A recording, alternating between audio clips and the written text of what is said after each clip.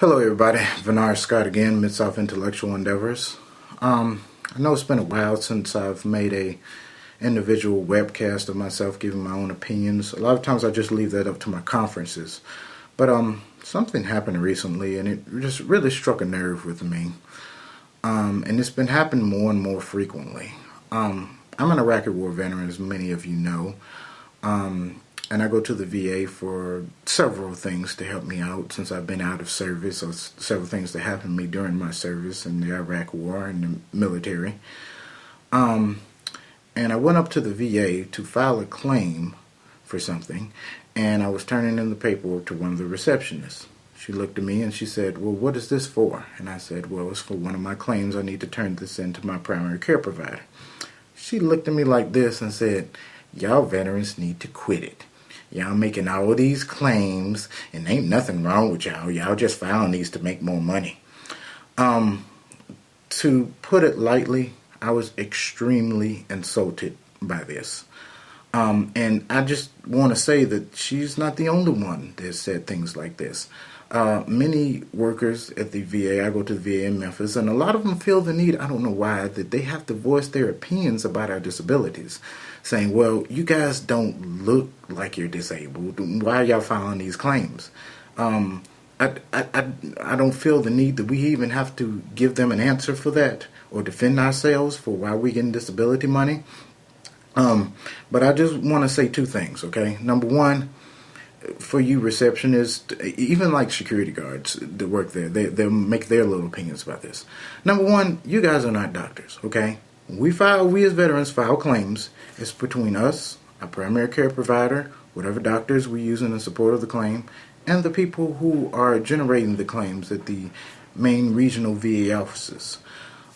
Number two, I guess you guys feel that, disabilities are only physical. You're only disabled if you see you in a wheelchair or something. But to educate you a little bit, there are many types of disabilities. Post-traumatic stress disorder is one of the biggest disabilities with a lot of returning veterans. You have migraines, several of them, but it's just not physical. Another thing, I have to tell you guys that we go through a lot of things in our service. We as veterans go through a lot of things in our service when we're in the Army, not just if we go to war, but also with our unit. We have to put up with a lot of BS with our officers, or a lot of favoritism. And don't think just because it's the Army there's no racism or favoritism. I tell a lot of people I was raised in the Delta area of Mississippi, and I saw more racism and favoritism in the Army than I did in the Delta area of Mississippi.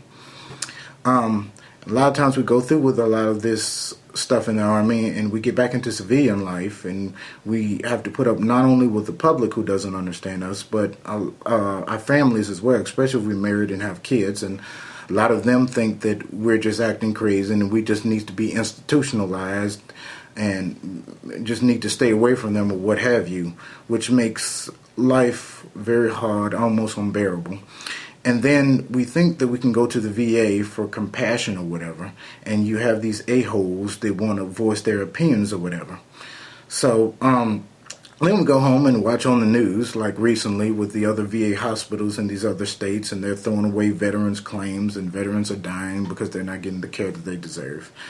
And these are reasons why veterans who come back from war or whatever don't even go to the VA. They know they can't go to civilian doctors because they don't understand them. They feel they get more compassion with VA doctors, but they're not going to the VA because they're hearing of all these things that are going on. So a lot of them go off, commit violent crimes, get addicted to drugs, commit suicide or what have you. Just a last word to these workers at these various VAs. Number one, just do your doggone job, okay?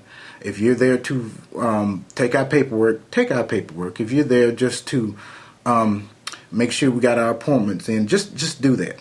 Number two, stay professional. If you don't know the definition of that, you don't need to be working at the VA. Number three, keep your opinions to yourselves. We do not care about your opinions. You are not our doctor, nor do we care. Thank you guys for watching.